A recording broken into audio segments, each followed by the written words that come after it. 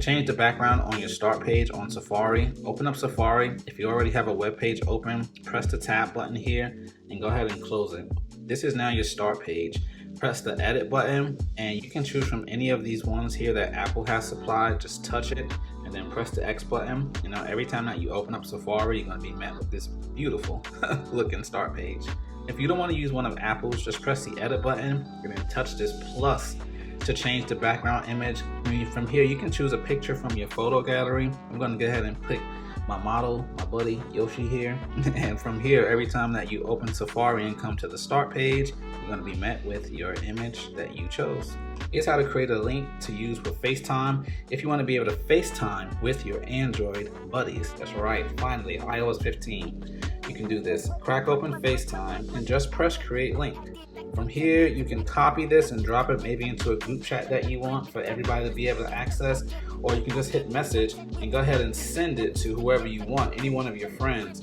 The good thing about this is once you actually create this FaceTime link, that person can go back and access this link. You don't have to keep sending it to the same person each time you want to call them over on Android with the FaceTime. They can go and press join, enter their name, and then it's going to let you actually get a notification on your iPhone that, hey, somebody's waiting for you inside of your FaceTime room. And then once you actually go ahead and open that up, you'll be able to start calling with them.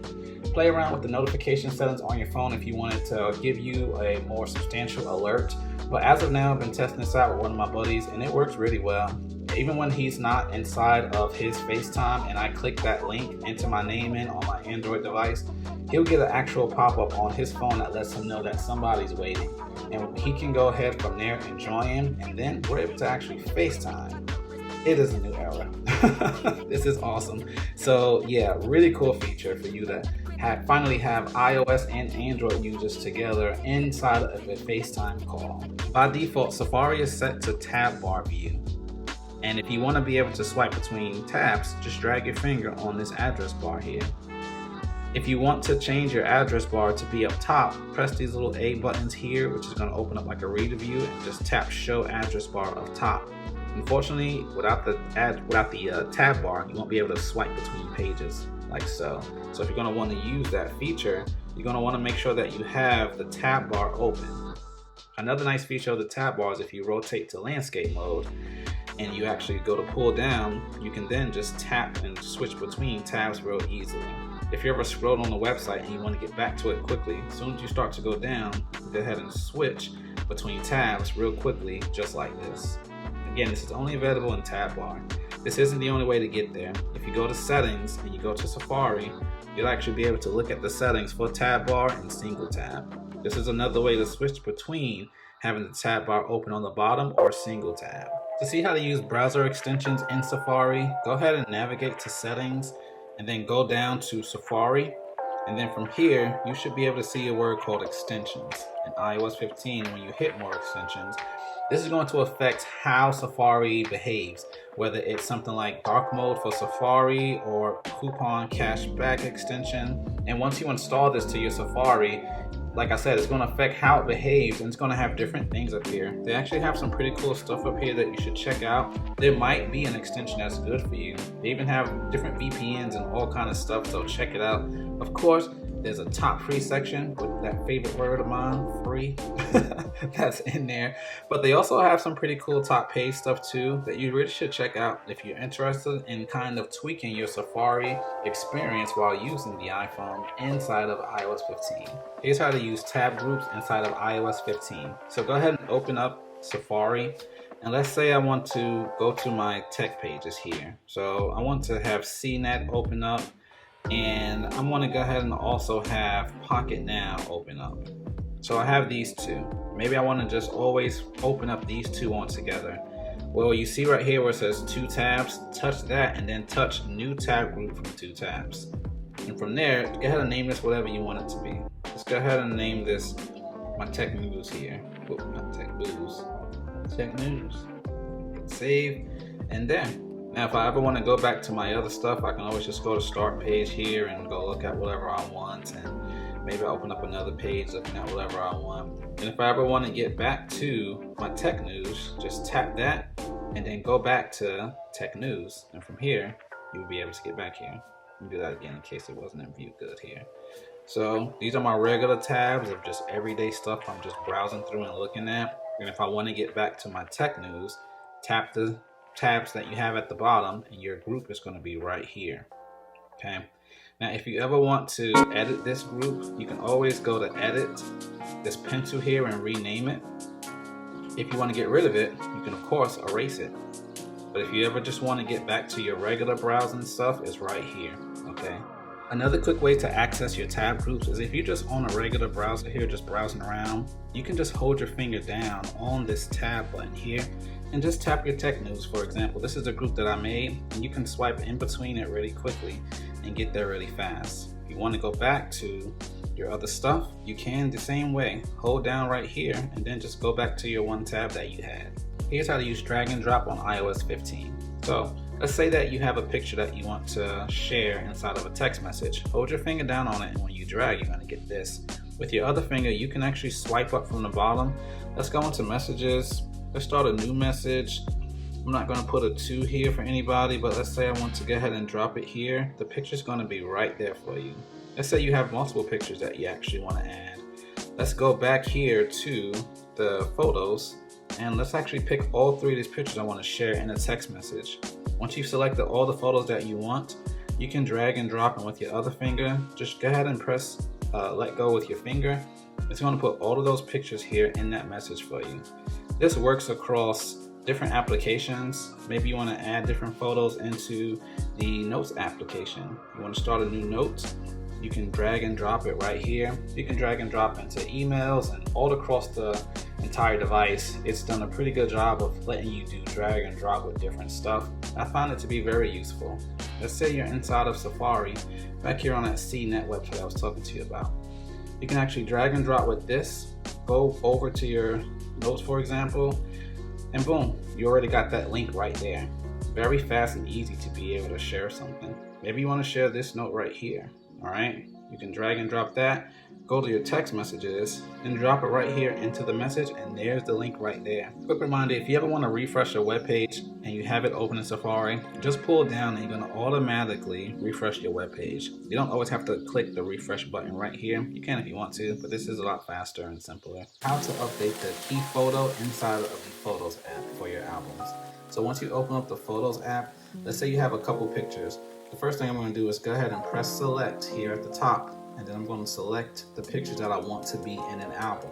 Then I'm going to hit this little button here, looks like an arrow coming out of a box, because I want to send these into something. And what I actually want to do is I'm going to put add to album. Since I don't have one already yet, I'm going to go ahead and press new album, and I'm going to call this Good Guys.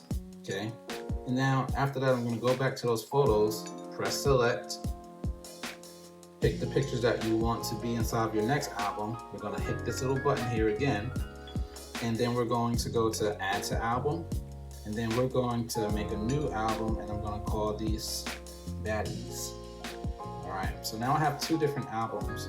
If I click this button here to take me to the albums, I can see that I have my Baddies and I have my Good Guys. Let's say that I don't want this Goomba to be my cover picture here when I'm looking at the album view here. So if I click into this album, rest my finger here on the bullet here, I can press make key photo. And when I press that and go back to my album view, now I have the bullet. I do the same thing here for Good Guys. Open up the album that you want, and then rest your finger on the picture that you choose to be your album cover. And again, go to make key photo. And now when you look at your albums, now I have Toad here like I want, and I have the bullet here like I want. Also, real fast, just remember too, if you hit see all, you're gonna come to all of your album views, and if you press edit because you don't want an album anymore, you can always come here and press the minus button to delete that album. That's how you make a picture your key photo inside of the Photos app. How to get the most out of the Weather app on iOS 15. So let's go ahead and open up the Weather application, and one thing that you're going to see is it's had a redesign, and it's going to be showing you a lot of really nice information. I actually really like this layout, but the thing that I want to make sure that you know about is when you go to manage notifications here at the bottom, This is super useful. So what this is going to do is let you get sent a notification whenever rain or snow is starting or stopping. And this is a killer feature because this literally can help you not get caught in the rain. If you're on a trail walk or you're hiking or whatever you're doing outdoors, this will actually send you a notification to let you know that it's about to start raining. And inside of the new redesign, it even tells you how long rain is lasting for based on the estimate. You know, they might say, hey, we expect it to be raining. It's going to say it up here. It's expected to rain for the next 30 minutes and it's going to be stopping in 30 minutes. I mean, it gives you some really good information. So make sure that you turn on manage notifications and make sure that it's turned on. They even let you see in other areas because, hey, maybe you got family or friends somewhere else and you want to know based on where you're heading because you're traveling there if it's about to be raining or snowing so that you can go ahead and get prepared on the way. How to use the sounds that Apple has actually provided built into iOS 15. Go ahead and go into settings and then scroll down to accessibility. I think I went right past it. Here we go, accessibility. Okay, and then scroll down until you see audio and visual. Tap on that. And now you're going to see something called background sounds. And what this does is it actually provides different sound effects that you can use while listening to music or doing something to just block out distractions so that you can focus on whatever you're doing. So let's check this out here. You pick what you want, and from here you can actually change how it's going to sound so that the rain sounds louder, or just your music or whatever movie you're watching is just the sound of it. You can turn the rain up. Let's say that you don't want it. You don't want rain. Touch sound, and then you can pick from any of these. Let's try balanced noise. Let's play a sample. And it's giving you an example of what it's going to sound like with your media. Again, you can turn it down, and this is what media will sound like. Turn it up, and you're going to get this. Once you actually have like your headphones or something in your ears or whatever you're doing, this does actually make a difference to just continue to block out distractions so that you can get more immersed into whatever you're doing on your iPhone. So check this out when you get a chance. I don't really hear this feature talked about a lot, but background sounds is really, really cool. I love that they built this in. Of course, there are apps that can do this, but I still like that Apple actually provided this right here built into iOS 15. Here's how to make sure that you can find your iPhone if somebody tries to steal it, you lose it, or anything. This is a super, super important feature. All right, so go ahead and crack open settings, and you're gonna wanna touch on your profile at the top of settings and then scroll down to Find My right here. And once you have this open, Find My iPhone is gonna be turned on, but you want to tap on that also to make sure that Find My Network is turned on. This makes it to where even if your iPhone is stolen and turned off and erased, all of those things happen, you can still locate and find your iPhone using this feature. What it's going to do is it's going to use other iOS devices in order to get the information from this device to let you know what the location is and let you be able to track it using the Find My app and just using Find My on the computer. So definitely make sure this is turned on. Also, you can go ahead and turn on Send Last Location. This is things that are going to be helpful with you. So many times phones fall out of pockets or just get left somewhere or lost or stolen, and these features that they're adding in iOS 15 are super handy. So make sure that Find My Network is turned on, sorry. There are a bajillion freaking iOS devices out there. There is such a good chance that you'll be able to find your iPhone if it is ever lost or stolen. But for your part, what you can do when setting up a new iPhone or just going into your iPhone and doing some maintenance there, making sure everything is set up the way that you want, is make sure that these three things are turned on. Here's how to scan text using the iOS 15 camera. So crack open that camera, and let's say I'm going to scan Panera right here off of my coffee cup. So if it doesn't focus already, just tap to focus. And from here, I'm going to go to select all. When you tap again, press copy. And now I'm going to copy this down here into my notes, tap on a blank space and hit paste, and boom, there you go. But let's say you want to do something more than 1 or 2 words. Let's say you want to do something that is a lot of text. I've got a book here, Pride and Prejudice. Maybe you've heard of it. Let's go ahead and crack open the camera again. And let's see, can we scan everything that's up here? Again, once you see this little button right here, Okay, you've got your text lined up for what you want it to actually read. Tap that button and go ahead and you can select a certain part if you want to. See how I just did that there and just got just that one portion. Otherwise, you can go to select all, tap on the screen, press copy. And now let's go ahead and copy this over here into the notes. Tap on a blank space, hit paste, and here you have all this stuff here. It's not gonna look the prettiest sometime when it does paste, but it's gonna do a pretty good job of grabbing it so that you don't have to type out manually all of the text that you wanna copy. I wanna talk to you about focus mode that's new in iOS 15. Open up settings, and then you should see focus mode right here below sounds and haptics. When you tap on that, you can then go into any of these focus modes. They offer different ones by default, but if you get plus, you can actually create your own. For right now, I'm gonna go into Do Not Disturb, and so show you a little bit about this here. So if you turn this on, you're not gonna get any notifications from anybody, and that can be very nice, especially if you're trying to get some sleep at night. But let's say that you wanna still get notifications from certain people. So if you tap on people, you can add a person, maybe one person or two people. Like, so this is be good if you only want your wife to contact you, or you only want your husband to contact you. This is be a great place to add this. Otherwise, you can allow calls from just your favorites. Okay, so let's come out of this and let's go over to apps.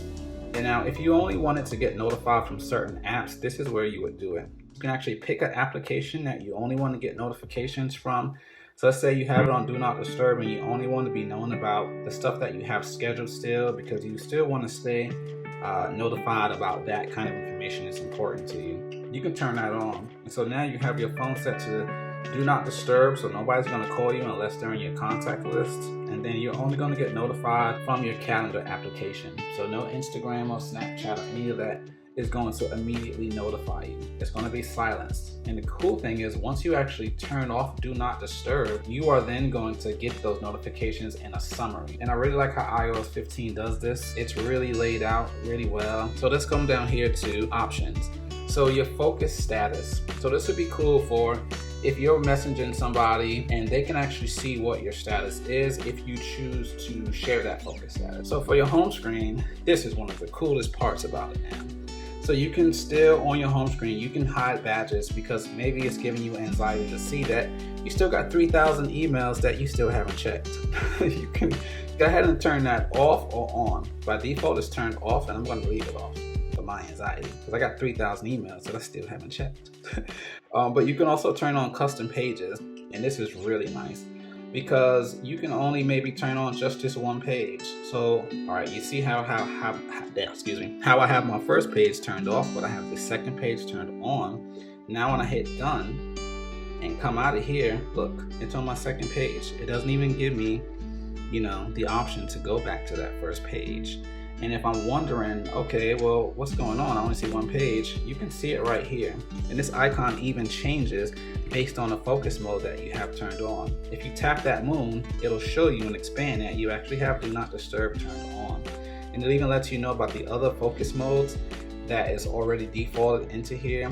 You can erase some of the ones that you create or whatever, but it just lets you know quickly. So if you ever just lock your screen and come back, you'll see that moon means you have Do Not Disturb turned on. If you tap it, it's going to turn it off. And then when you actually, from previous video, you also know this password, you should be able to see all of your pages now in this back. If you just wanted to swipe from the top, you should be able to get here and you should see focus here. If you tap on the word, it's going to drop down the options. If you tap on the moon, it's going to automatically turn on Do Not Disturb, and you're only going to get this page. On the lock screen, you can dim it if you want to, or you can actually just show notifications still on the lock screen if you choose to. Otherwise, you're going to get that moon like we just saw a few moments ago. And then when you turn it off, you're going to get a summary of the notifications that you got while you were inside of your focus mode. So don't worry about, am I still going to be able to read those messages and notifications? Yes, absolutely. When you turn it off, it's going to give you that summary. So the other part that I want to show you is that you can actually turn this on automatically. Maybe you want Do Not Disturb turned on while you're at work every day. And every day you work 8 to 5. This can automatically turn on. and that could be useful for some people. Otherwise, you can schedule something, and automations is a whole nother topic, but you can actually automate it to turn on, for example, when the GPS notices that you're leaving the house. It's going to know that because of the location that you have turned on for your maps. So you start driving away. So once you leave your house, go ahead and turn on Do Not Disturb automatically. So that would be an example of an automation. Something that you have scheduled to start that you don't need to manually go in and turn on, it'll do it automatically. And that is something that is really, really handy. Automations are something else, and I will go over that in another video if you all are interested in exactly how to use that. The other part I want to tell you is share across devices. So if you're signed in with your iCloud email address and password, like we did in the previous video together, and you turn this on, guess what? You can also turn this on for your iPad or for your Apple Watch. You don't have to still have your watch ding, ding, ding, ding, dinging while you're trying to get some work done. If you leave this checked on, it should automatically sync it so that they all talk to each other, and it knows, hey, James just said that Do Not Disturb is turned on. You guys hear that? Yeah, James said Do Not Disturb is turned on. And they're going to automatically turn that on for you. So that could be pretty handy if you like something like that to be turned on. And as usual, thanks for watching, and I'll see you in the next video.